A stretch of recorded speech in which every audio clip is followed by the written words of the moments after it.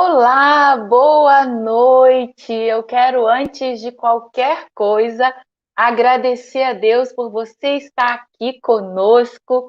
Quero acolher a Nathalie, uma das nossas intérpretes dessa noite. Nathalie, que é da Igreja Metodista lá de Chapecó. Que bom, Nathalie, ter você aqui também.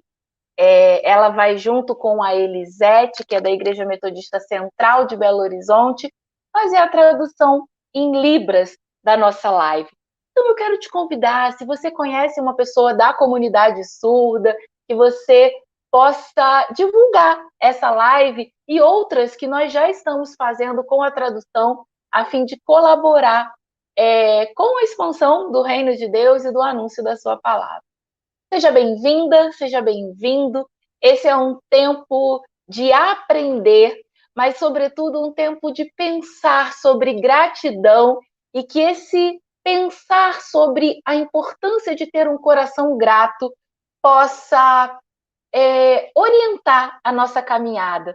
Não só nesse mês, o mês de novembro, que é o mês que a gente celebra o Dia Nacional de Ação de Graças, mas todos os dias da nossa vida. Porque a gratidão é, de fato, uma marca daquele e daquela que confia em Deus. Então, eu quero te convidar para pensar sobre gratidão e a gente vai pensar à luz do texto bíblico. O povo de Deus, o povo da Bíblia, desde muito cedo, entendeu a importância de agradecer, né? E ao longo da história da humanidade, a gratidão é algo que está presente na experiência humana, né? Na vida das pessoas, na cultura, e acabou se transformando num dia, né? Isso é uma herança que a gente recebe lá dos Estados Unidos, mas que vem dos protestantes ingleses, né, que migram para os Estados Unidos. Então, essa cultura, ela é uma cultura que não nasce aqui na nossa terra, no nosso país, mas que a gente acaba experimentando essa experiência de ter um Dia Nacional de Ação de Graças, e eu acho que é algo muito significativo. Eu não sei se você sabe, mas a primeira pessoa que trouxe a ideia de trazer o Dia Nacional de Ação de Graças foi o Joaquim Nabuco. Talvez você já tenha estudado isso nas suas aulas de história. Ele foi um jurista, um historiador, um político. Ele foi embaixador nos Estados Unidos. E aí ele traz essa ideia. E eu não sei se você sabe também, mas o Joaquim Nabuco, um homem negro, juntamente com o Machado de Assis, um outro homem negro, eles estão na fundação da Academia Brasileira de Letras, eles fazem parte do movimento de fundadores. E aí a gente vai só lá na década de 60 que o Dia Nacional de Ação de Graças no nosso país de fato institucionalizado, mas isso foi uma ideia que o Joaquim Nabuco trouxe há muito tempo atrás. Mas a gente quer falar de mais distante ainda. E para isso a gente vai olhar o texto bíblico. E eu convidei duas pessoas que são muito queridas para mim. Eu louvo a Deus pela vida da igreja, porque ela me permite conhecer e conviver com pessoas muito especiais. E duas delas estão aqui. Então, eu quero pedir para a Nelisa, que nos ajuda aqui, colocar na tela a professora e pastora Sueli Xavier, professora de Antigo Testamento na Faculdade de Teologia, e o pastor e professor Tércio Machado Siqueira, né?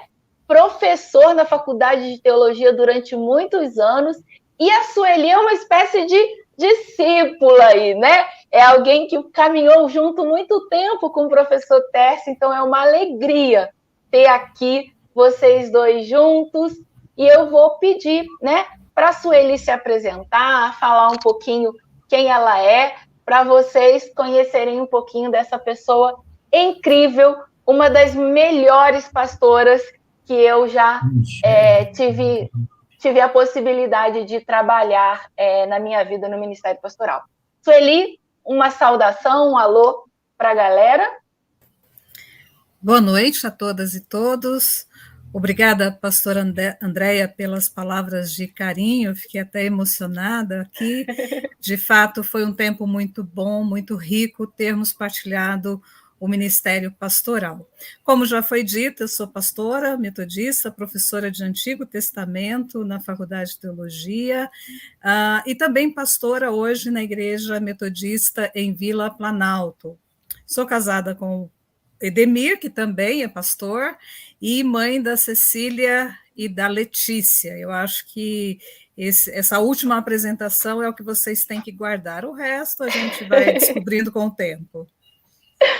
Obrigada, muito bom ter você aqui. A pastora Margarida está aí, saudando, outra companheira também.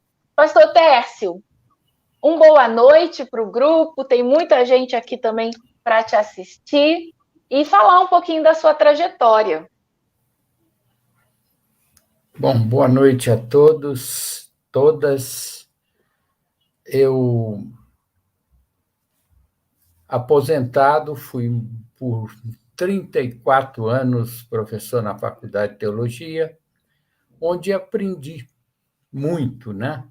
E tudo que eu posso passar hoje é fruto deste convívio, desse trabalho que eu junto a dezenas de gerações de pastores, né? E pastoras.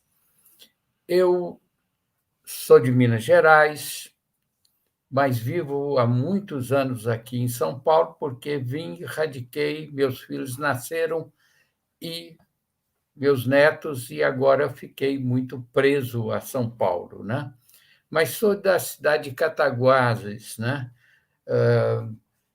E da roça vim para cá e corri um pouco no mundo e estou aqui, né, trabalhando. Fui pastor aqui em São Paulo, lá no Espírito Santo, em Cachoeira Mirim, em Minas fui em Manhuaçu por 5 anos, né? E aqui eu fui pastor de Vila Galvão, aqui em Guarulhos, e Butantã, aqui na Zona Oeste, né? E agora, quer dizer, depois vim para Vila Mariana e estou lá até hoje, mesmo aposentado, continuo a oferecer e ajudar muito. Minha esposa Emilce é também de Belo Horizonte. Eu estou falando isso porque tem uma Belo Horizontina por aí, né? Ela também era da Igreja Central, casamos na Igreja Central e estamos aqui, né? Eu não vou citar os filhos, vou citar meus netos, né? São 2, e o Gabriel e a Juliana, né? Que vivem aqui em São Paulo, moram aqui em São Paulo, estudam, né? Então, são essas informações que eu tenho, né? E oferecer para vocês, e vamos discutir um pouco essa matéria que é as festas na Bíblia. É isso aí. E a Rosileia lembrou 2 coisas importantes do pastor Tércio. Primeiro, que ele faz o melhor pão de queijo do mundo. Todo mundo que prova sai com essa certeza. E segundo, que ele é professor de escola dominical ainda hoje lá na Igreja da Vila Mariana. Mas é isso aí, gente. Sem mais delongas, eu quero te convidar para assistir essa live, que é uma dimensão mais de aula, né? A gente quer apresentar, a gente quer falar da gratidão, mas a gente quer olhar para o povo da Bíblia e pensar nas festas que o povo fazia. Então, nós vamos falar de 3 festas. O pastor Tércio vai dar uma introdução sobre esse tema, festas na Bíblia. Era um povo festeiro que se alegrava. Vai falar da Páscoa e depois a pastora Sueli vai trazer 2 outras festas, a festa das semanas e a festa das tendas. Então, se você tiver perguntas, vai escrevendo no chat, pega sua Bíblia, pega seu caderno, anota isso. Essa live vai ficar gravada e você pode, inclusive, usar numa das suas escolas dominicais. Que Deus nos abençoe e que a gente tenha um bom tempo de partilha e de reflexão. Pastor Tércio, está com você. Bom, então vamos começar. Eu gostaria que colocasse o PowerPoint para a gente já começar diretamente com esse assunto. Eu vou começar falando da memória. Falando da memória. Memória na Bíblia é alguma coisa essencial, fundamental. Por que a memória é importante?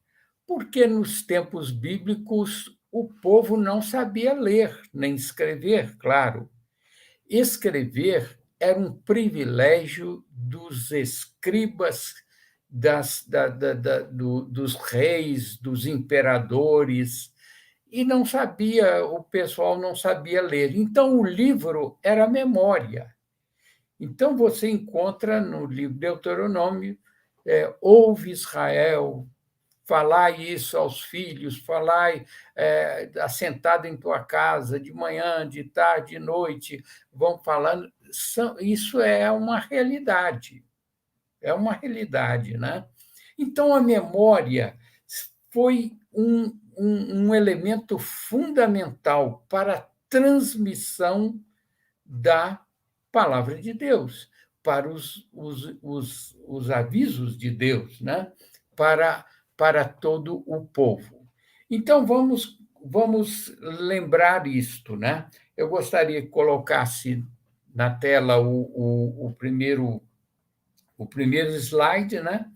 Então, o verbo. Bom, isso não importa, né? O verbo hebraico lembrar deu um novo sentido à teologia bíblica.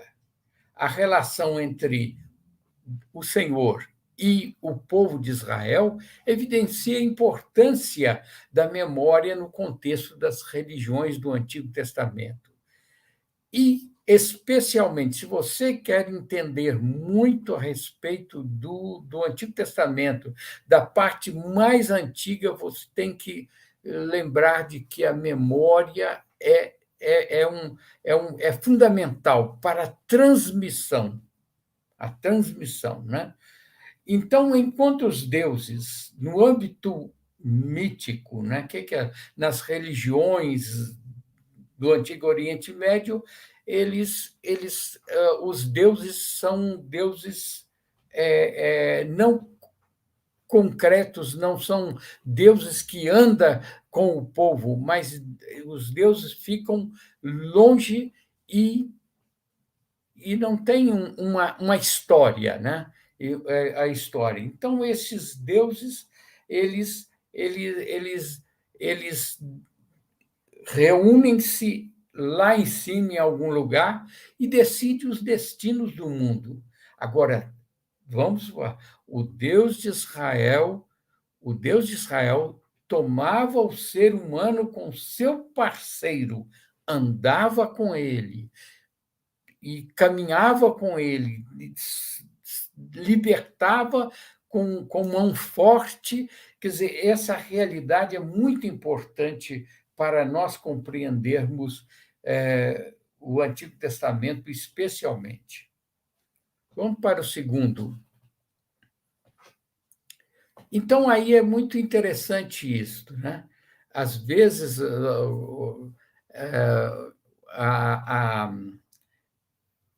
o desenho, por enquanto, ela tem que mexer, quer dizer, a Bíblia ela fala de o presente, e do presente ela lembra do passado, e o passado constrói o futuro. Muito bem feito essa forma aí do desenho, né? Quer dizer, vamos pôr, as festas são presente. Nas festas, eles são exigidos de todo mundo a lembrar dos grandes atos de Deus no passado. E, a partir desses, eles constroem o seu futuro. Esta é a realidade da história bíblica, né? A história bíblica lembra disso, vou sempre enfatizar isso. A história bíblica não é uma teoria, nem uma doutrina, nem alguma coisa, um sonho, mas é história, é concreta. Deus se faz presente na vida do povo. Então, além da memória dos acontecimentos decisivos do passado, de salvação, proporcionado por Deus, Israel procurava incorporar os fenômenos também da natureza. É uma forma de didática de ensinar. Né? Então, eles usavam, por exemplo, dentro da festa da Páscoa, eles usavam a lua nova. A lua nova é importante porque a lua, o ciclo da lua é muito importante. Na lua nova iniciavam um novo processo, um novo tempo para o povo, e mostrava que Deus lá com Moisés iniciava uma nova jornada, e essa jornada ia chegar a Canaã, e Canaã, aí ele estava pronto a falar, a demonstrar para toda a humanidade. Né? Vamos passando. Então, a memória das maravilhas que Deus fez tirar o povo da escravidão do Egito transforma-se num alento do Espírito de Deus continuando a agir no mundo, a memória. Então, o povo, quando enfrentava uma dificuldade ou ia para as festas, eles levavam a lembrar das maravilhas que fez o passado. Nós estamos vivendo dificuldades, mas Deus vai agir como agiu no passado. Isto é que fortalecia o povo para continuar. E entramos, por exemplo, da memória, nós encontramos a definição de festa. Né? Às vezes, a festa para nós é uma festa de aniversário, festa de carnaval. Às vezes, você vai para uma festa de aniversário de criança ou de adulto, você vai, come, bebe, conversa e tudo mais, e não tem significado. Mas, para o povo bíblico, a festa tinha um significado. Ela tirava umas lições do passado para enfrentar as dificuldades do presente. Né? Então, o povo do Antigo Oriente celebrava os eventos que lhe traziam o prazer e a alegria. Então, o povo cananeu tinha festas. Então, a festa da colheita, a festa dos pães asmos, a festa das tendas, isto era cananeu. Mas quando Israel chegou, ele tomou essas festas e transformou-as, e colocando, é preciso, nestas festas, não é só comer e beber, não é só conversar, não é só fraternidade, mas também aprender. Vamos em frente. Então, a finalidade dessas festas, para os cananeus, possuía um caráter mágico, que hoje usa esse palavrão apotropaico. Né? O que é apotropaico? É uma maneira de você celebrar para induzir a Deus a te ajudar, né? Ou matar alguém para sacrificar uma ovelha, tudo para você colher o que você interessa. Né? Então, na festa, os cananeus expressavam gratidão, sim, também. E Israel tirou essa prática também, esse costume, essa tradição. Mas Israel foi muito mais além. Né? A festa em Israel possuía um caráter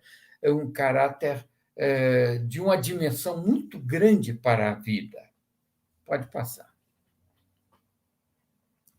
Então, em primeiro lugar, a festa deixou de ser uma cerimônia mágica, realizada para afastar a influência demoníaca.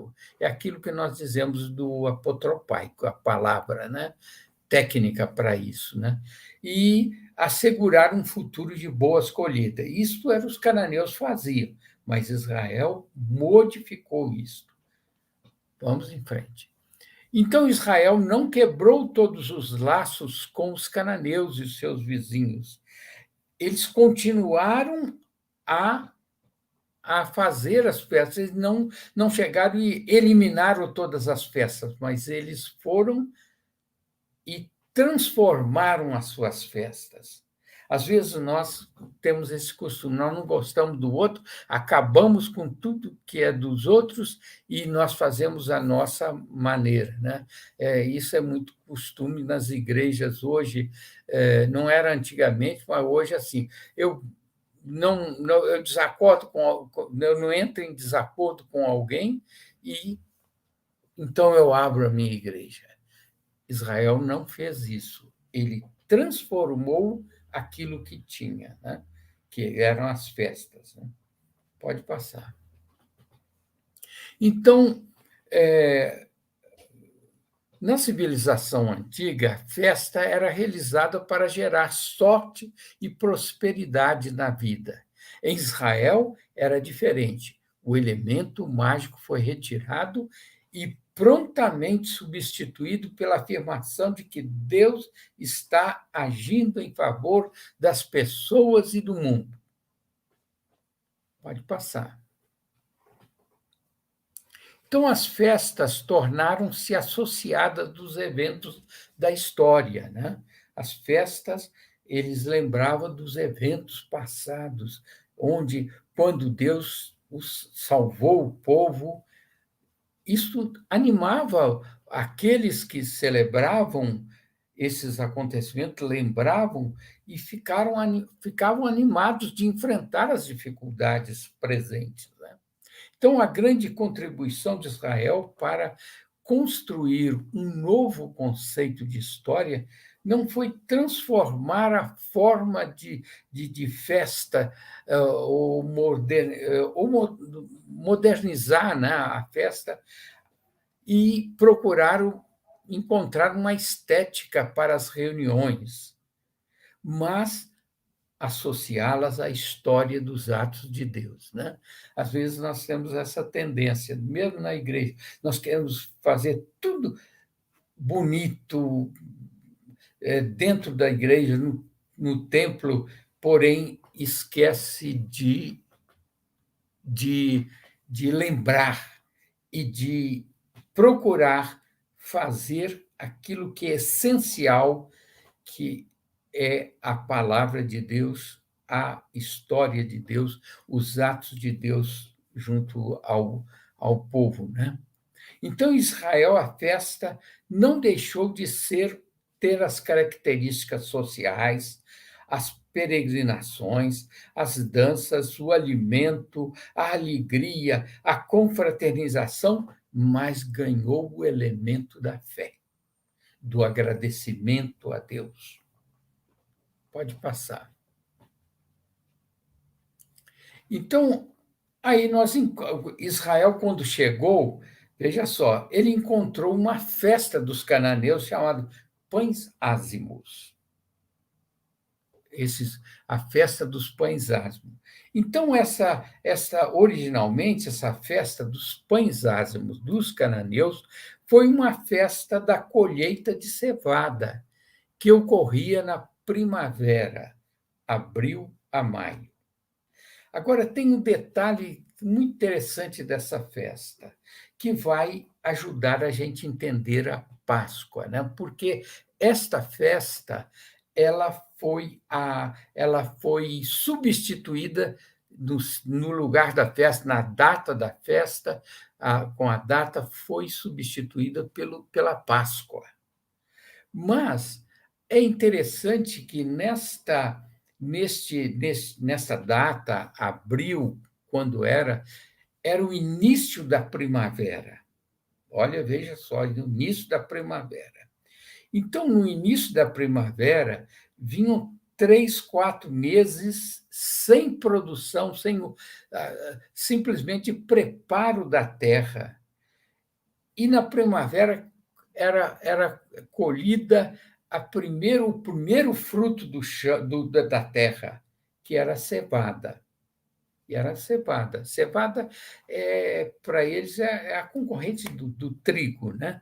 Que fazia pão, e eles usavam muito essa qualidade de alimento para nutrir o povo. Então, nessa época, o alimento estava muito caro, não tinha grande quantidade à venda ou na troca, etc. Então, quando vinha a festa dos pães ázimos, a colheita da fruta, era uma grande alegria, né? Então, a festa dos pães ázimos era muito esperada, pois acontecia no final do período da escassez de alimento. Os meses anteriores eram dedicados ao preparo da terra, semeadura e depois a colheita. Então, a chegada da primavera era uma chegada de alegria. Pode passar. Então, os agricultores ofereciam os primeiros ramos de cevada. Olha, veja só, eles ofereciam, quer dizer, o Israel entrou após entrar, essa festa incluía a oferecer os primeiros galhos de cevada, ramos de cevada, denominados primeiros frutos, né? Ou primícias, né? Eles faziam isso, oferecia aos deuses. Israel transformou isso, diz, essa é um oferecimento ao nosso Deus, né? Então, aí vem essa tradição muito bonita de agradecer a Deus e oferecer a Deus os dons da terra, e, nesse caso, os primeiros ramos, os primeiros produtos da cevada, né? Então, no decálogo do culto, guardarás a festa de ázimos durante 7 dias. Pode falar ázimos ou asmos, né? Que é a mesma coisa, né? Então, esse fazia parte, né? Israel transformou isto aí num oferecimento, uma gratidão a Deus. Eles ofereciam com muita alegria isso. Pode passar. Então, aí nós entramos na Páscoa propriamente dita. Lembre o seguinte, nós falamos da memória que a Páscoa, a festa da Páscoa é uma festa onde era exercida a memória. Lembremos do Novo Testamento, Jesus fazia isto em memória de mim. Aqui na Páscoa do Antigo Testamento, fazer em memória do que Deus fez no passado, os grandes atos de Deus, as maravilhas de Deus, né? Então, para quê? Para que ele se fortalecesse na sua fé, na sua força, né? Para enfrentar os dias difíceis, né? Não resolvia assim como hoje, né? Não, vou ser o meu Deus vai ser o rei, ele vai me dar tudo. Não. Israel preparava o povo para enfrentar as dificuldades. As dificuldades eram sempre um desafio para o povo de Israel, como nós vemos na história, né? Então, quando o povo de Israel chegou a Canaã, entre os séculos 12 e 13 a.C., 12 e 13 a.C., ele deparou com a cultura dos habitantes daquela terra. Então, os cananeus, que eram os cananeus, né? Então, a religião era uma religião politeísta, muitos deuses. Por exemplo, os cananeus tinham o Baal, tinha o Astarte, tinha El e outros mais, né? Tinha outros, são muitos deuses, né? E então, Israel entrou dizendo nosso Deus. Era o monoteísmo, né? Chamado um só Deus. Então, eles chegaram,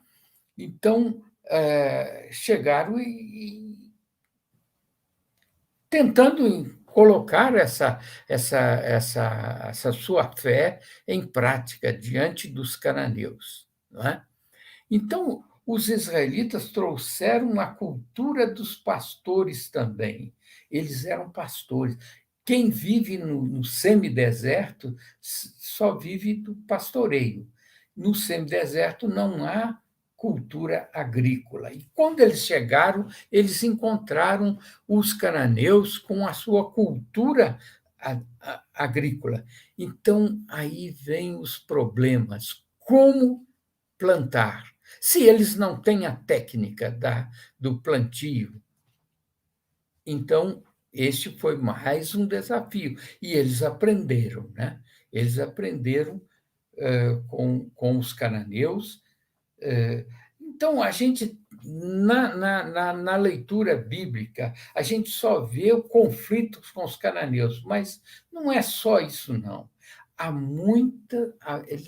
os cananeus e os israelitas se tornaram muito ecumênicos, porque Israel emprestou muitas tradições deles, né? Boas e também ruins. Vamos em frente. Então, Israel conheceu e conviveu com suas festas agrícolas. Os pães ázimos, que depois veio ser a nossa Páscoa, né? E semanas e tabernáculos. Semanas e tabernáculos, a Sueli vai falar. Vamos em frente.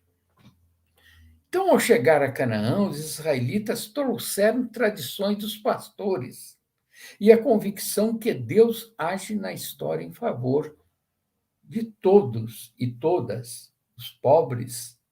Então, a memória da libertação nunca desvinculou do povo, e isso pode ser constatado nas festas, quando lentamente as liturgias receberam novos significados. Quem colocou? Israel, que colocou significado e novas liturgias, né, para as festas. Vamos em frente. Então, todavia, as convicções religiosas de Israel trouxe do deserto, não impediu de conviver e apropriar de alguns elementos da cultura dos cananeus. O certo é que Israel não virou as costas para as atividades festivas dos cananeus. Eles aceitaram a alegria, eles aceitaram os elementos da festa, os motivos fundamentais do alimento das festas, só eles incluíram outros que era a sua fé no seu Deus, Javé. Vamos em frente. Então, em primeiro lugar, é suposto que o ritual da celebração da Páscoa, em sua origem, nasceu do anseio de Israel para que o evento do Êxodo não fosse esquecido. Então, esse é o grande força de Javé, de Israel, de que não poderiam esquecer os grandes feitos no passado, a saída, a libertação do Egito e tudo mais. Isto era o fundamental na festa. Veja só, às vezes nós esquecemos estas coisas. esquecemos os grandes atos de Deus no passado e gostamos de construir coisas outras. Então, a igreja vai se perdendo a sua memória e isto é desastroso. Vamos em frente. Então, o regime monárquico, aí que está um grande problema do Antigo Testamento. O povo estava celebrando a festa, lembrando sempre lembrando do passado, mas um grupo ficou atraído pela monarquia. E eles um dia foram a Samuel, está no capítulo, no livro desculpe, não, no livro de 1 Samuel, capítulo 8, e um grupo de líderes chega, Samuel, nós queremos um rei. E ele ficou muito triste e consultou a Deus, e Deus diz, olha, eu estou muito chateado, mas diga-lhes os direitos do rei. E aí ele disse os direitos do rei, que era desarmar o povo, desarmar a casa, a família, ele quebrar toda essa estrutura da casa, da família, e de toda a comunidade, né? Então, aí iniciou um período do final do século XI ao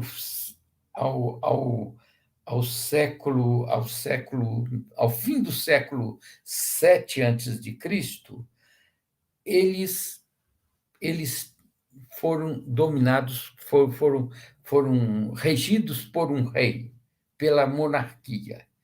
E aí foi uma grande dificuldade, o povo perdeu o sentido da sua fé. Então, o povo pensou mais nas conquistas, os reis só pensavam em conquista, enquanto isso aí você vê os profetas, Isaías, Oséias, Amós, Miqueias, no 8º século antes de Cristo, e antes o Elias, Samuel, combatendo esse tipo de coisa que o povo tinha apartado de Deus, né? E em certa época, Samuel registrou um fato, né? Onde ele diz assim, e a palavra de Deus era rara. A palavra de Deus estava sendo deixada de lado para as grandes conquistas, para buscando prosperidade, buscando coisas sem sentido, né, para a fé. Quando a palavra de Deus, quando a memória dos grandes atos de Deus vai se tornando rara, é um perigo. Diz o texto que quer mostrar isso, é perigoso. E os profetas falaram muito disso. Vamos em frente.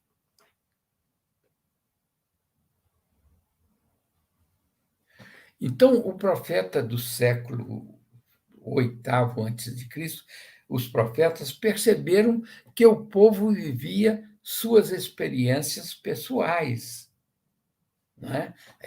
Eu fico pensando muito que, às vezes, a igreja cristã ela está vivendo muito essas experiências pessoais.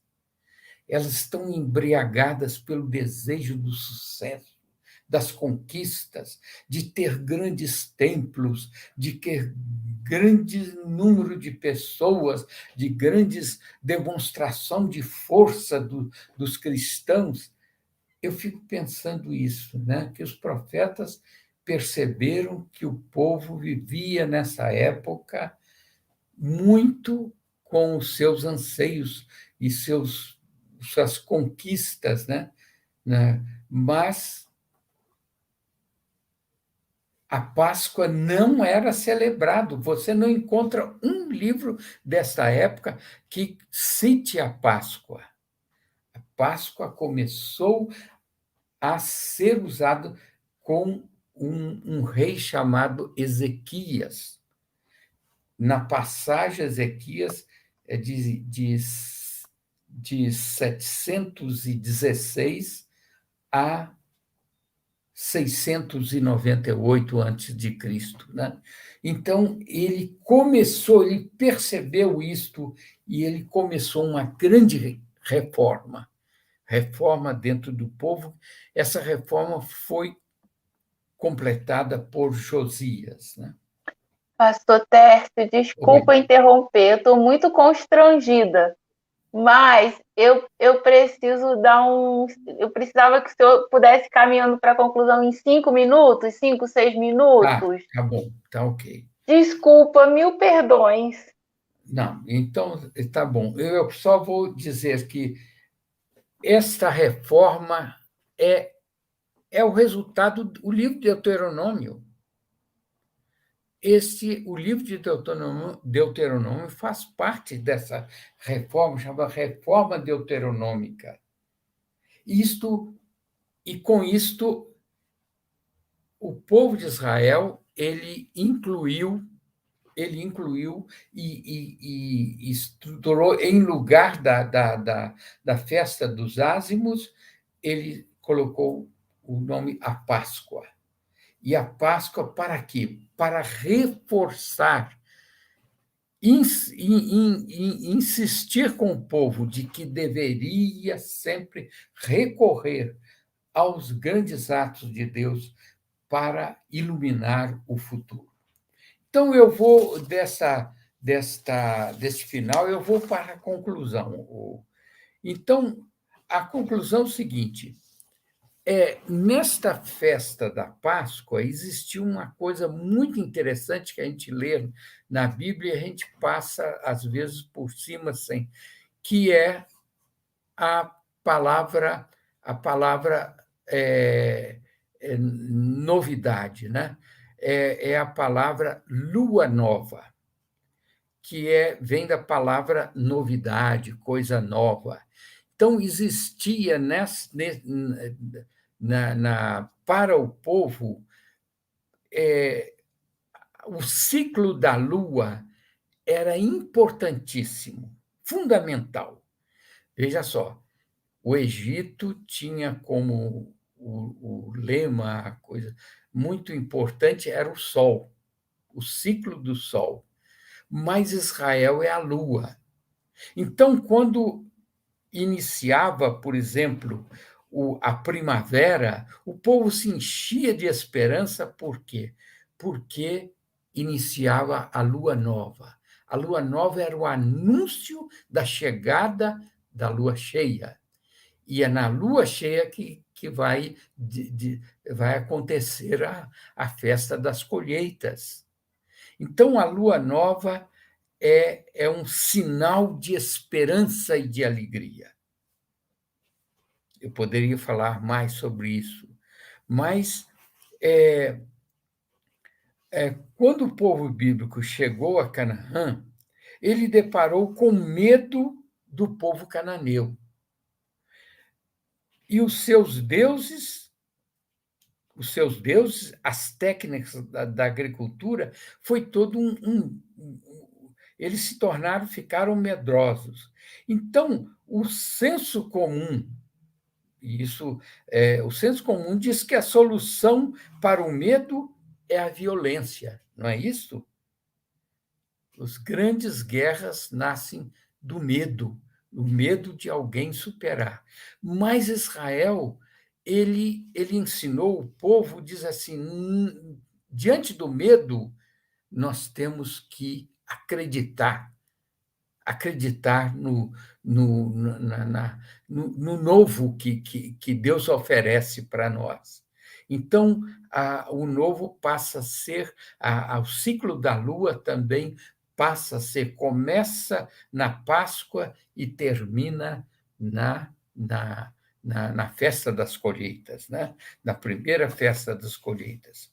Então, quando o povo de Israel chegou a Canaã, ele deparou com culturas, com todos esses tipos, e vem, então, o grande embate, o medo. O medo é alguma coisa terrível que nos desarticula, que tira o nosso equilíbrio e tudo. Mas Israel, o texto bíblico ensina, os profetas dizem, diante de todos esses problemas, Deus vai acontecer, como ele faz com a lua no seu ciclo. Então, a grande contribuição de Israel e da Bíblia para construir um novo conceito de história não foi transformar a forma de festa em festa moderna e reuniões bonitas, belas, atraentes, mas foi transformá-la como um elemento de ensino, de lição para que o povo se manifestasse. Então, a Bíblia não quer afirmar que a Páscoa é garantia de prosperidade para quem o celebra. Os cananeus assim criam e esperavam. Celebrar a chegada era símbolo de prosperidade. Para o povo bíblico, a Páscoa é o momento de agradecer pelas providências e reafirmar sua fé que o libertou da escravidão. Então, fica essas observações para depois, se necessário for, a gente discutir um pouco mais.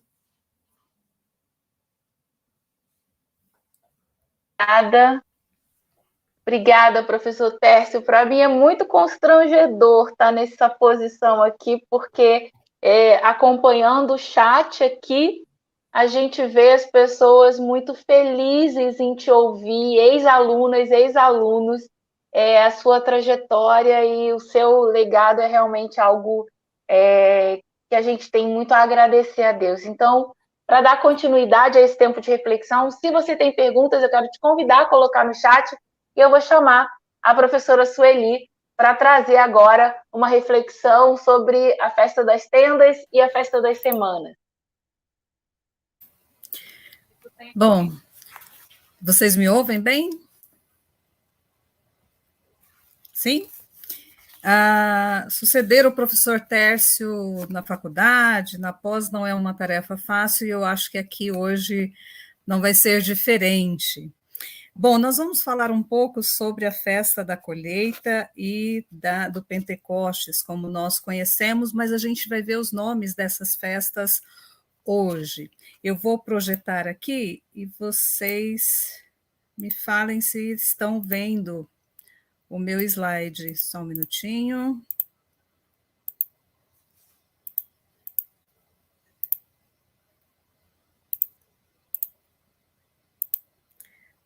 Andréia, não está indo o slide aqui agora? A gente não está vendo mesmo, não, Sueli. Estranho. Só um minutinho. Tentar de novo. A gente treina, mas na hora do vamos ver... A gente fez tudo antes, deu tudo certo. Não está indo. Depois eu compartilho com vocês os slides. Isso, a gente vai disponibilizar. Tá bom, os slides no site da Escola Dominical. Eu não sei o que aconteceu. Vamos ver se a gente consegue. Foi. Apareceu. Mas esse acho que não é o meu. Acho que o da Nelisa. Pode ser? Pode. Tem algumas mudanças, aí eu vou indicando aqui, enfim, tá bom. essas mudanças. Então, então nós vamos falar sobre você acha que você caminha em uns 20 minutinhos? Vamos tentar. Tá bom. Tá Tá bom? bom, então. Deus te abençoe. Obrigada. Obrigada. Bom, nós vamos falar então sobre a festa da colheita e cabanas. Pode passar, Nelise.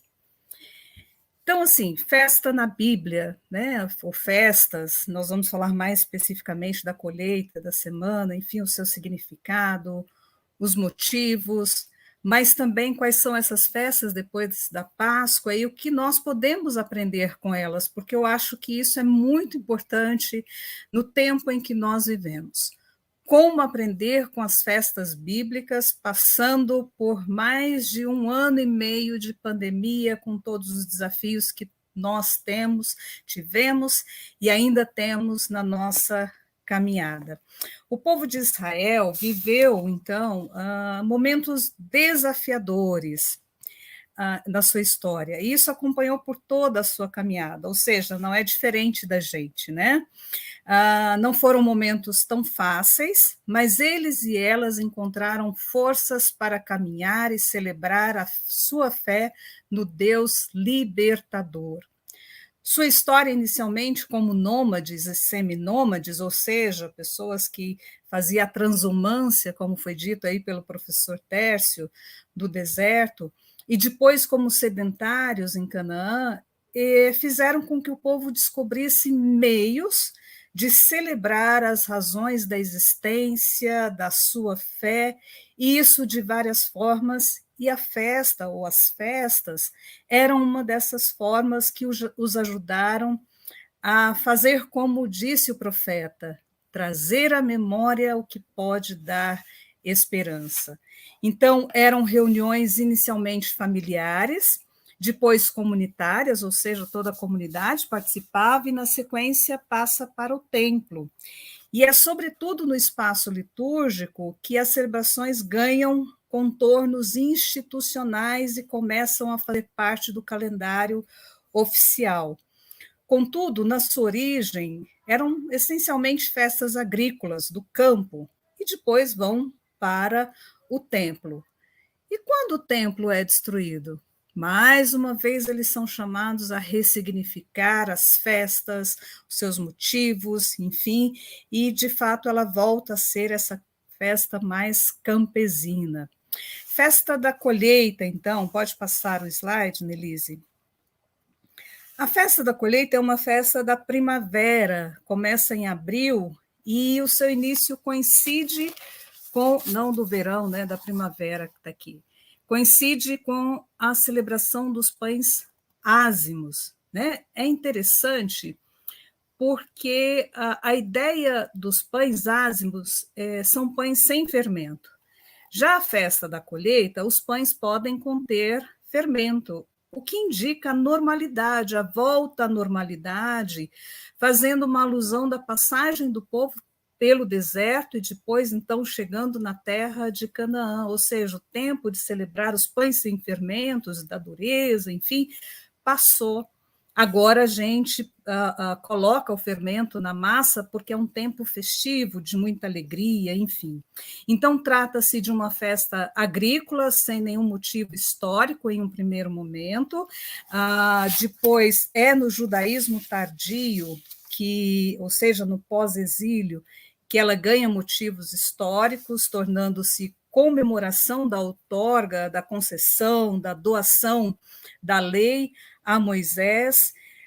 Porém, como a gente viu aí, só na primeira festa da Páscoa, falar de festa é uma tarefa muito complexa, até mesmo em relação aos seus nomes. Por exemplo, essa festa da colheita é conhecida por 3 nomes, por exemplo. Primeiro, a festa da colheita. Pode passar, Nelise? Eu não vou adivinhar. Primeiro, a festa da colheita, depois das semanas, depois do Pentecostes, que são nomes relacionados entre si, a não ser o terceiro, Pentecostes, que vem com a cultura e o domínio grego. Pode passar, Nelise. A festa da colheita, ou da cega, como quiserem, é uma festa de grãos de trigo, cevada, como diz lá em Êxodo 23, guardará a festa da cega, dos primeiros frutos do teu trabalho, que houveres semeado no campo, e a festa da colheita, a saída do ano, quando recolheres do campo o fruto do seu trabalho. Ou seja, nessa festa, como nas duas outras, Páscoa e Tabernáculo, também havia o dia das primícias. Chamo a atenção de vocês para este momento, que se refere à entrega dos primeiros grãos colhidos. E sabe para que serve o dia das primícias?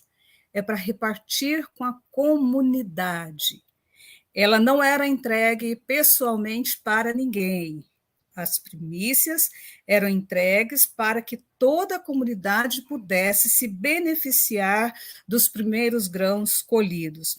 Quanto ao nome da festa da colheita, certamente esse é o nome mais antigo que nós conhecemos, segundo o Código da Aliança, lá em Êxodo capítulo 20. Pode passar, Nelise?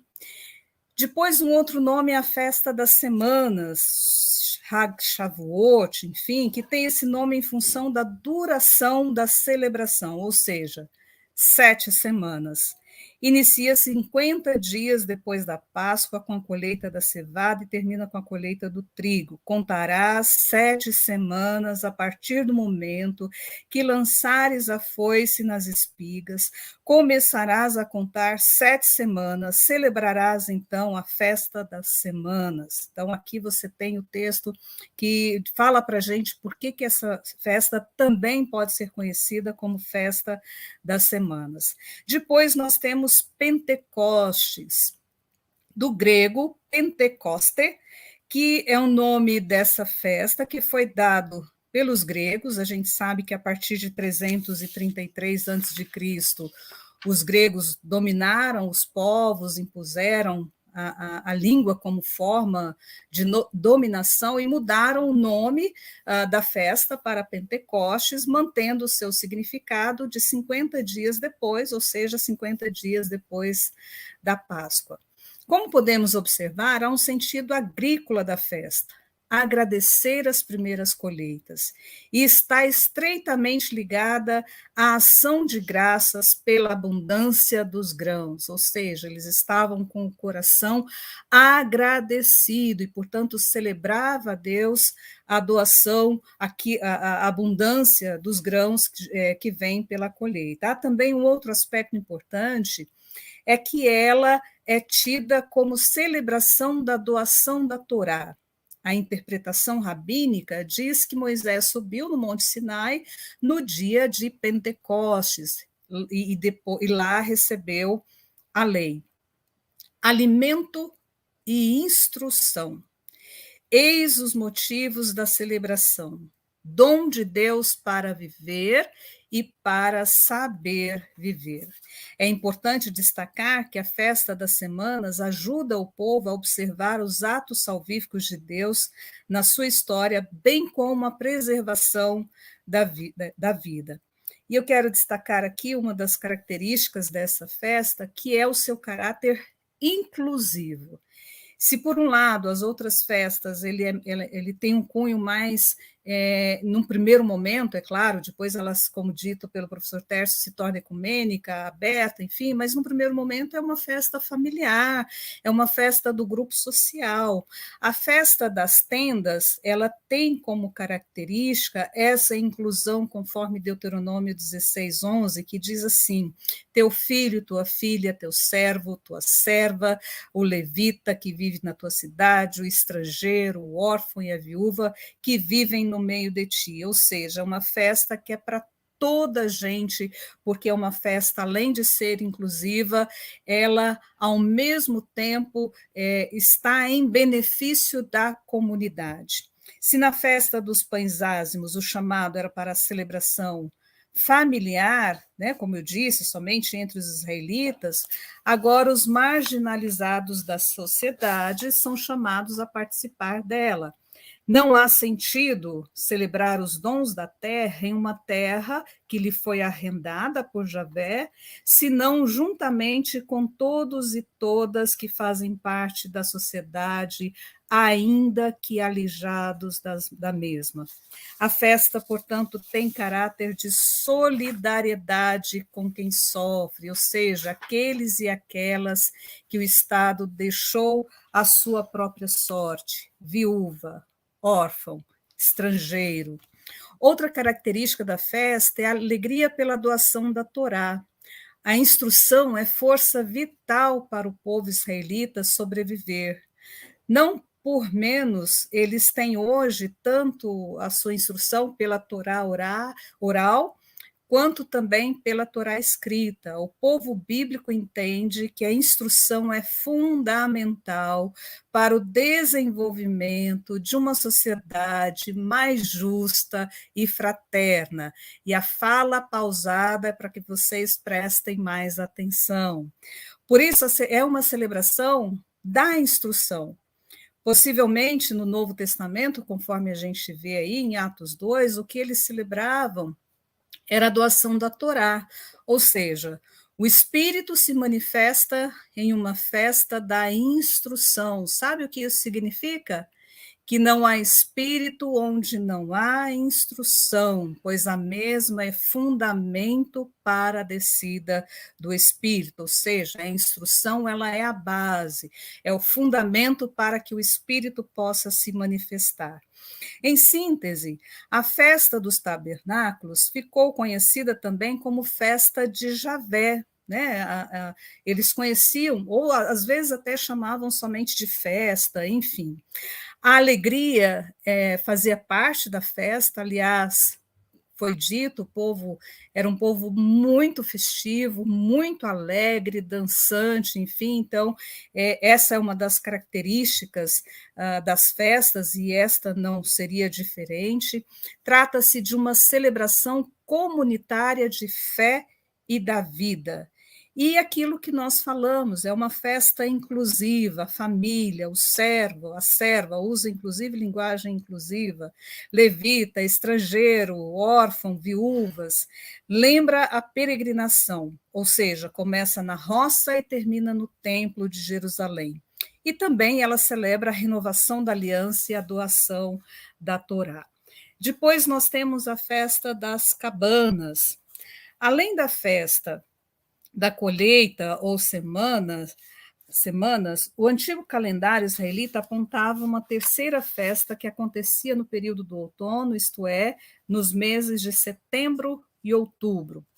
Na verdade, essa festa era também da colheita, porém, a cega agora são das frutas, especialmente uva, figo e tâmara.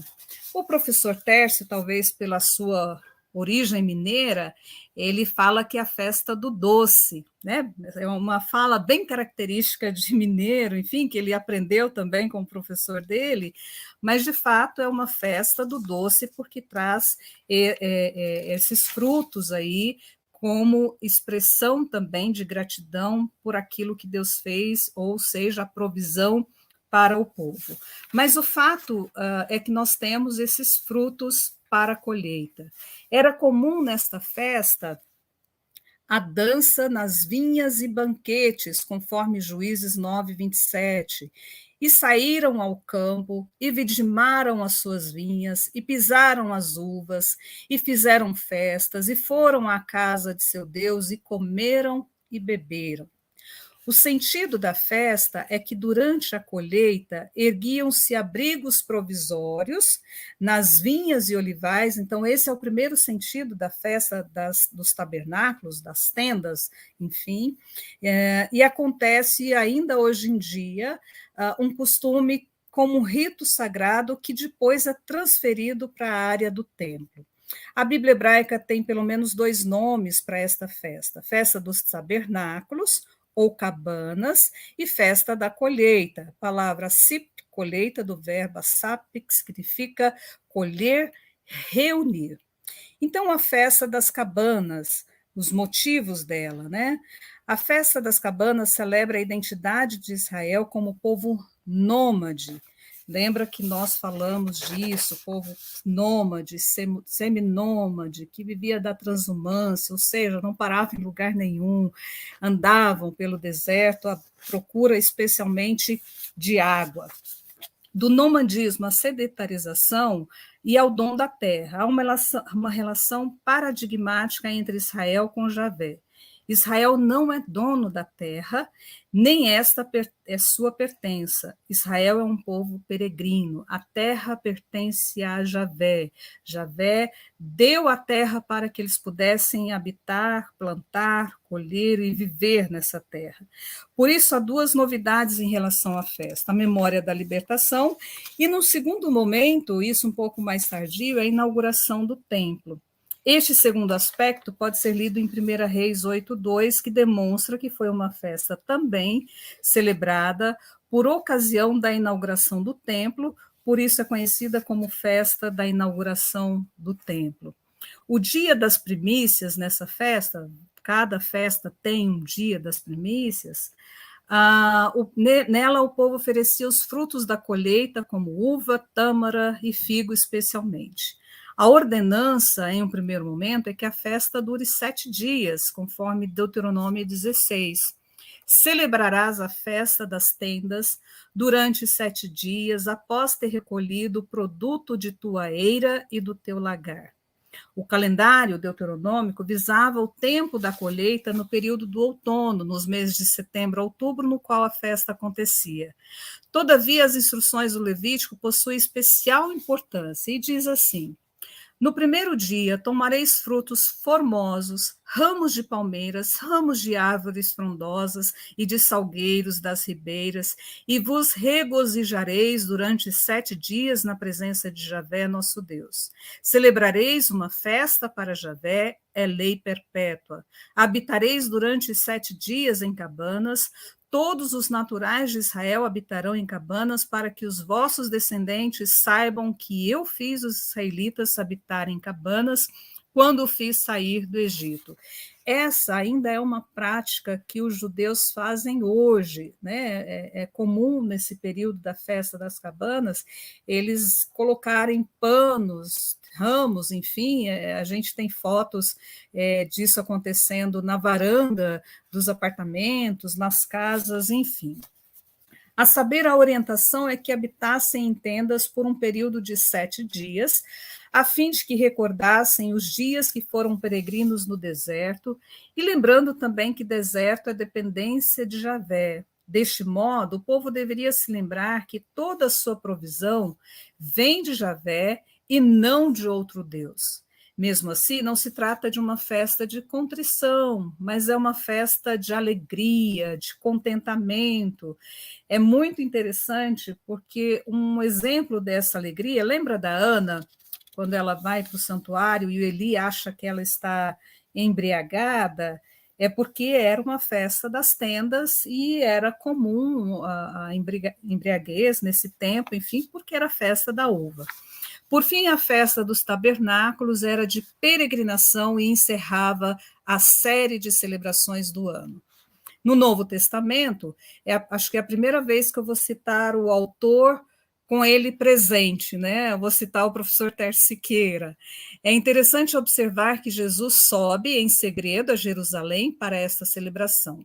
Os judeus radicais queriam pôr fim à vida de Jesus. Todavia, um fato significativo ocorreu. Jesus se põe a ensinar em meio à festa. Imagina, o povo todo festando, a festa acontecendo e Jesus ensinando. A leitura e o ensino da Torá, a festa dos tabernáculos, era um dos programas da celebração. Então, havia esse tempo propício também para a leitura e o ensino da Torá na festa dos tabernáculos. Um aspecto interessante é que esta festa não faz parte do calendário litúrgico cristão, como as outras festas, Páscoa, Pentecostes. Ela ainda acontece entre os judeus na atualidade, conforme eu disse anteriormente, o que demonstra que é uma forma de trazer à memória a instrução para o povo diante dos desafios da vida. Algumas considerações finais. Como dito anteriormente, o povo, em meio aos desafios da vida, cultivou a alegria pelo dom da vida e o sustento dela. Mesmo que vivessem períodos de seca ou de deserto ou de perdas diversas, ainda assim eles encontravam motivos para celebrar. Quem sabe esta não seja uma lição que precisamos aprender hoje em dia? Mesmo em meio aos desafios da vida, somos chamadas e chamados a celebrar. Afinal, o que é o culto, senão uma grande festa da vida? Celebremos a vida, celebremos a fé, a esperança e também o amor. Passei 2 minutinhos, mas está tudo certo. Obrigada, pastora Andréia e todos vocês que estão nos assistindo nessa noite.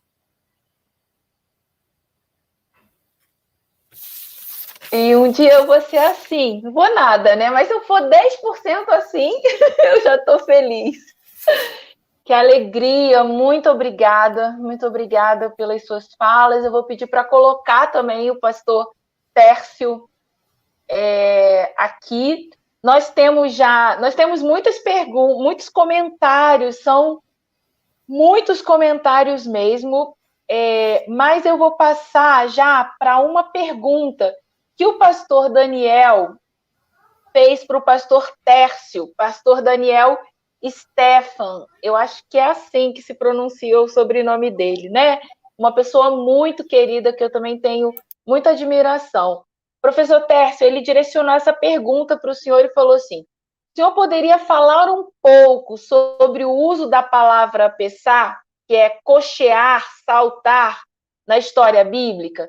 Né? Sobretudo, a relação entre as palavras cochear e saltar, que são as possíveis traduções da palavra hebraica. Então, ele está pedindo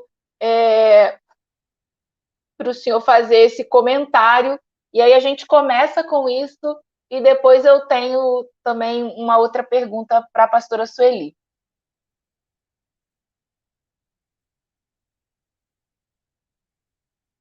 O microfone... Espera aí só um instantinho, professor. Seu microfone. Ok. Aí, foi. Foi? Foi. Daniel, meu abraço. Daniel Stefan, pastor aqui está em Campinas, né? Olha, esse nome Páscoa vem dessa raiz hebraica que é saltar, pular, né? E isto ajuda a gente a compreender certos textos que os cegos, no Novo Testamento, né, saltam, dão, né, essa alegria do milagre, da superação dos seus problemas, e logo ele vem. Isto é o significado da Páscoa. A Páscoa também tem esse significado de uma pessoa, nesse caso do texto lá do Novo Testamento, um cego, ele é curado e sai saltando de alegria, né? E a Páscoa também tem esse sentido, né? Quem participa, ele faz parte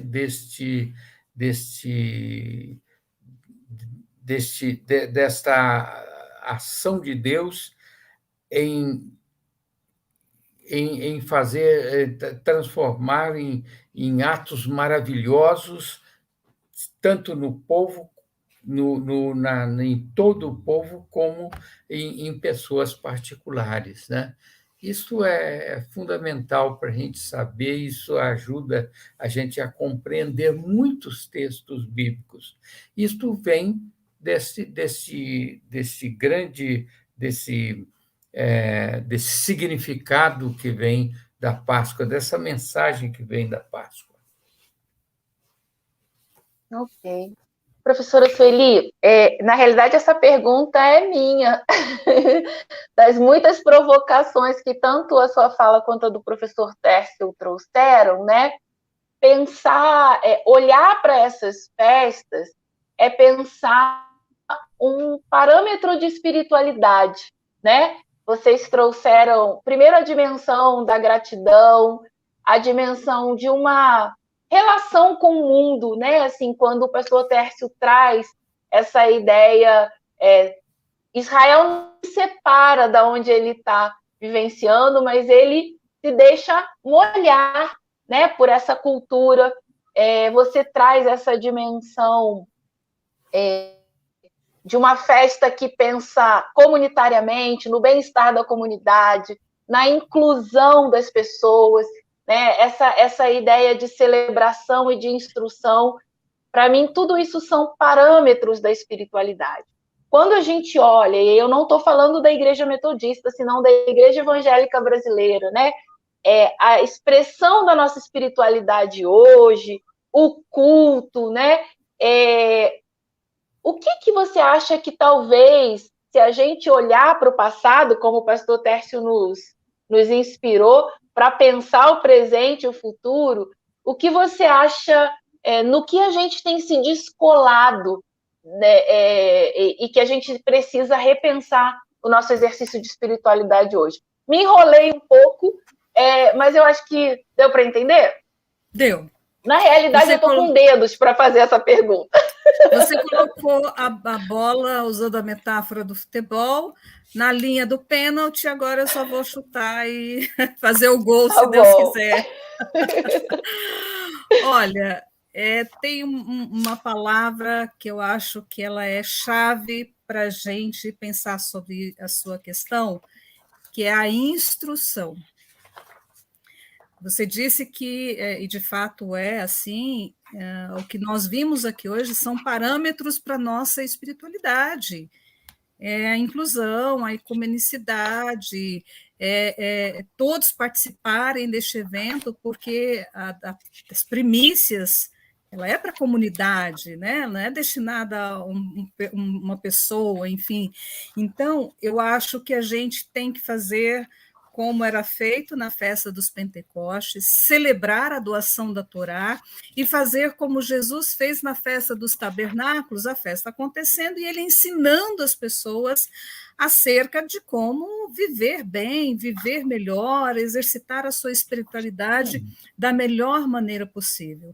Então, eu acho que o que nós temos descolado na atualidade é da instrução.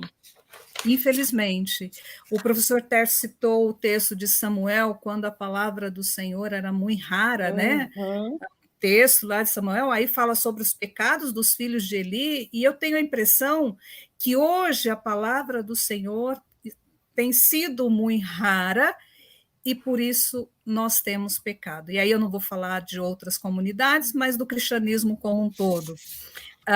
Nós temos pecado porque a palavra do Senhor tem sido muito rara. E eu poderia fazer um arrazoado aqui, chamando todo mundo para assistir escola dominical, participar da escola dominical, mas eu acho que quem está aqui é porque ama a escola dominical.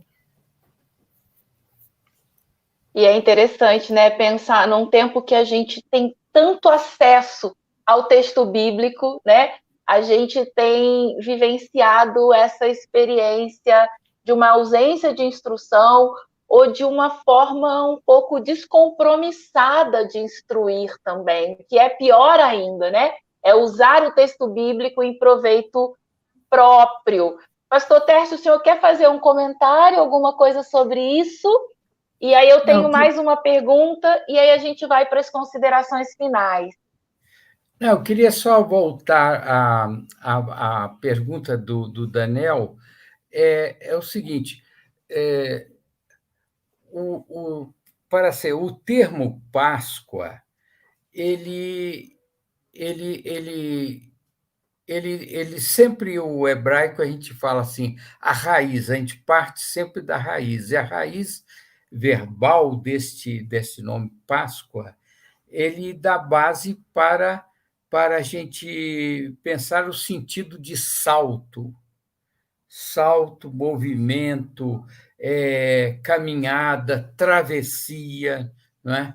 E tudo mais. Então, todas as palavras têm história e essa história corresponde a ações do homem, né? Do ser humano, né? na história. é muito interessante isso, que as palavras bíblicas, cada palavra tem uma história. Por exemplo, o meu nome, eu, eu, eu chamo Tércio. Tércio significa terceiro no latim. Eu não sou terceiro filho, eu não tenho nada a ver com.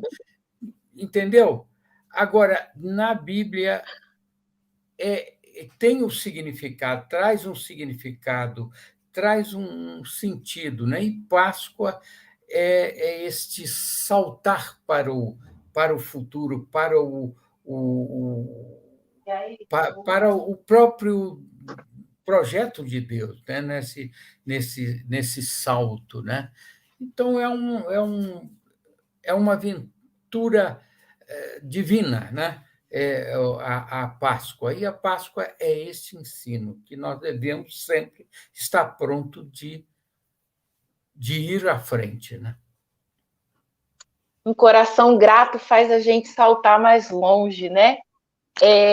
Pastora Sueli, o pastor Daniel também tem uma pergunta para você, e ele fala assim: a festa da Páscoa e do Pentecostes foram incorporadas e ressignificadas na vivência cristã. E aí ele fala o seguinte: na sua opinião, por que a festa das cabanas não vingou no ambiente cristão? Daniel, quem sabe essa não seja a pergunta para a sua tese de doutorado. Ele está no mestrado. Ixi, convidou já, convidou. Mas olha, é o seguinte: muitas tradições no Antigo Testamento não deram continuidade. Mesmo a festa dos tabernáculos ou das tendas, enfim, tendo uma ressignificação escatológica, messiânica, mesmo com os judeus ainda hoje celebrando, enfim, ela descolou do cristianismo, né? Eles não levaram adiante essa festa. E ao longo da história, outras tradições foram ficando, né? Por exemplo, o tabernáculo. Cadê o tabernáculo? Onde está a arca da aliança, na verdade? Só Indiana Jones que sabe, né? Mas, biblicamente, deixou de fazer parte da tradição, a Arca da Aliança, e ela vai sumindo assim, quase que sorrateiramente, e a gente nem percebe que a tradição da Arca da Aliança se perde. E isso acontece com a festa dos tabernáculos no cristianismo. Ficou, não deram seguimento. Eu até gostaria de estudar o motivo pelo qual ela não faz parte do nosso calendário. Quem sabe a gente não faz uma troca, viu, Daniel? Perguntas aí da pós-graduação. Quem sabe o professor Tércio também pode responder essa pergunta, né?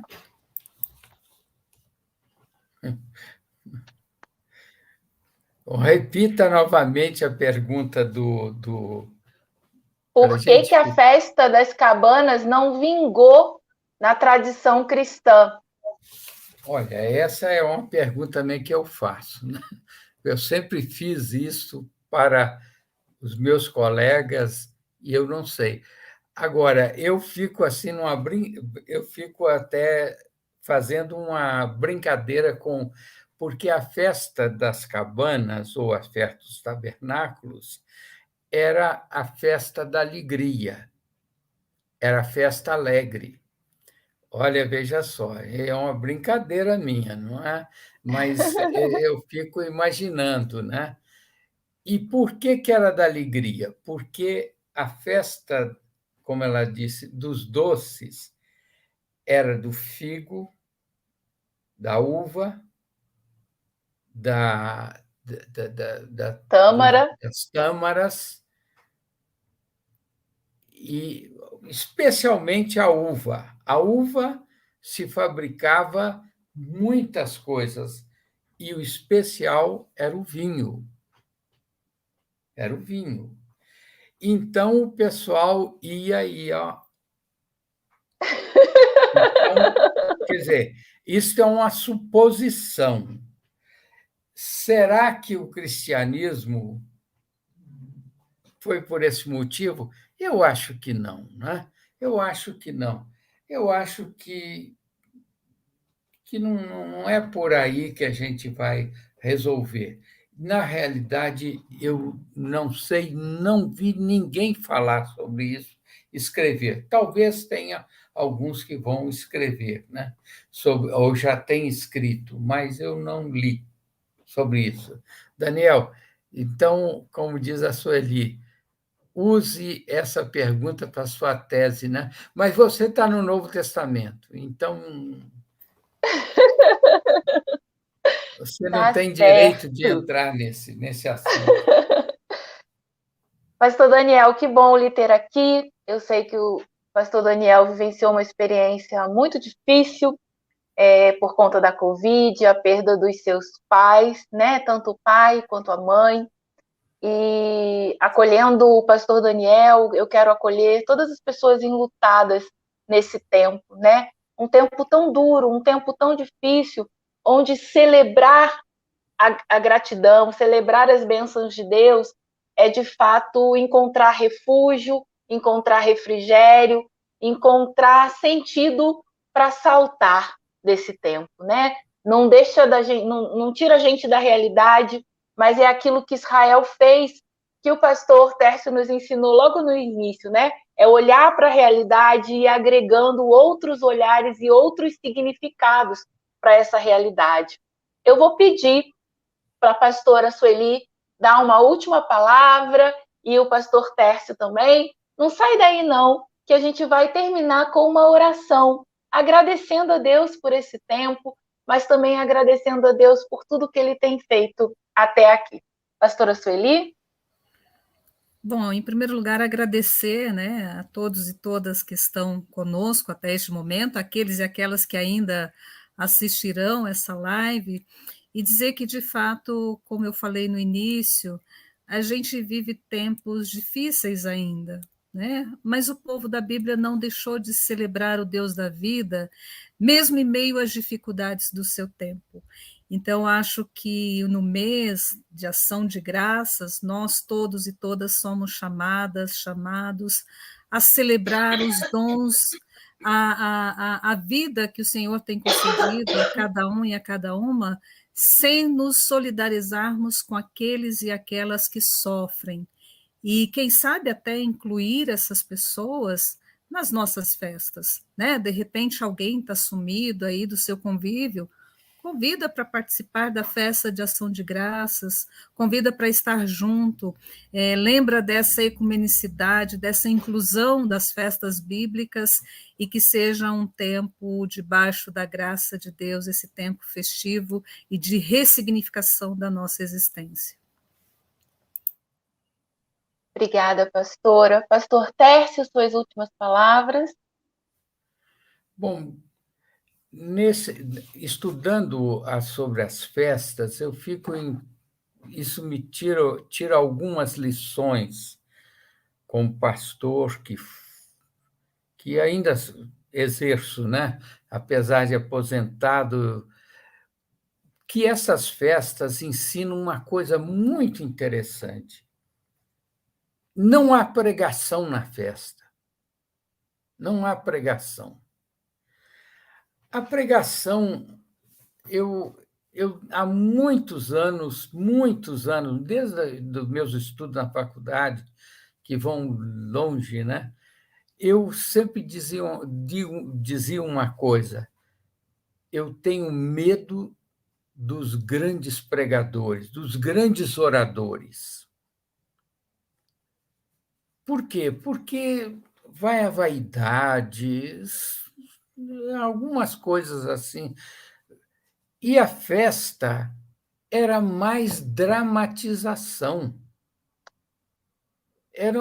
Eles dramatizavam, por exemplo, a noite anterior da Páscoa, era uma fuga, eles fugiam à noite, tinha que ser à noite, e comer o pão da pressa. Por quê? Para dramatizar a saída do Egito. Então, eles dramatizavam a oferta dos primeiros frutos, né? E e compartilhavam aquilo uns para com os outros. Então, a festa são lições incríveis que a gente tem através dos dramas. Mas não se fala em ninguém pregando, ninguém falava. Era a solidariedade, era outro detalhe que a festa mostrava, ensinava. Ser solidário uns para com os outros, ser bom, Amém. ajudar, e aí por diante. Fica essa é a impressão que eu tiro, lições que eu tiro das festas. Gente, a gente termina assim. Nesse tempo de tanto egoísmo, nesse tempo de tanto individualismo, o Dia Nacional de Ação de Graças, que é na última quinta-feira de novembro, nos convida a agradecer, a relembrar tudo o que o Senhor fez. Mas não é um agradecimento individual. Partilha, faz em comunhão, celebra com a sua comunidade, testemunha daquilo que o Senhor tem feito. A gente vai ouvindo os feitos do Senhor, vai animando a nossa vida para a gente poder seguir em frente.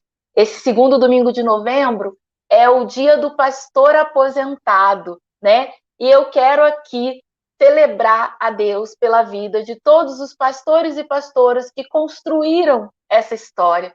E aqui, agradecendo a Deus pela vida e pelo ministério do pastor Tércio. Eu vejo o pastor Tércio e a pastora Sueli aqui, eu também me emociono, porque a gente vive numa sociedade que a gente descarta pessoas e a gente tem muito para aprender com todas as idades. Então, que a gente tenha mais cuidado e que o coração agradecido seja uma marca da nossa fé. Primícias são sempre para a comunidade, porque primícias são expressão de solidariedade. Vamos nos instruir para que a gente tenha uma espiritualidade que seja cada vez mais compromissada com a verdade do Senhor. Quero te convidar a orar, quero te convidar a agradecer. E aí eu agradeço a todos vocês que participaram, especialmente pastor Tércio, pastora Sueli, Nathalie, a Elisete, a Nelisa e a Sara, que possibilitaram esse tempo aqui. Vamos orar?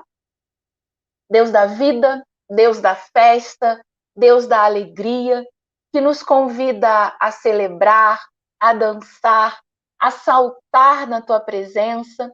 Quero te agradecer por esse tempo de instrução, que é também um tempo que nos faz perceber que o Senhor é Deus conosco, independente da situação.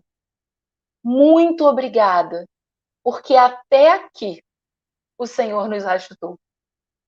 Muito obrigada, porque o Senhor está conosco em todo o tempo. Muito obrigada por podermos sentir a tua presença. E não permita que a gratidão se afaste do nosso coração. Porque quanto mais gratas, quanto mais gratos somos, isso representa, significa o quanto nós entendemos que tudo aquilo que somos e temos vem de ti, Senhor. Obrigada por esta noite. Dai-nos uma noite de paz. Fica em nós e entre nós. Em nome de Jesus Cristo é que nós oramos. Amém e amém. Gente, um beijo grande. Muito obrigada. Até a próxima, dia 23 de novembro, quarta-feira. Nós temos uma outra quarta, né? Mais para o fim do mês, a gente tem uma outra live sobre Bíblia, mas a gente vai pensar Bíblia e negritude. É isso aí. A gente vai falar um pouco dos personagens negras e negros que estão no texto bíblico, pensar o território de África ali no texto bíblico. Vem para essa conversa, dia 23 de novembro, quarta-feira, tá bom? Beijo grande e até mais. Gente, muito bom ter todo mundo aqui. Pastora Amélia, Leia, pastora Joana Dark, tanta gente por aqui, que coisa boa. Até mais. Tchau, tchau. Obrigada.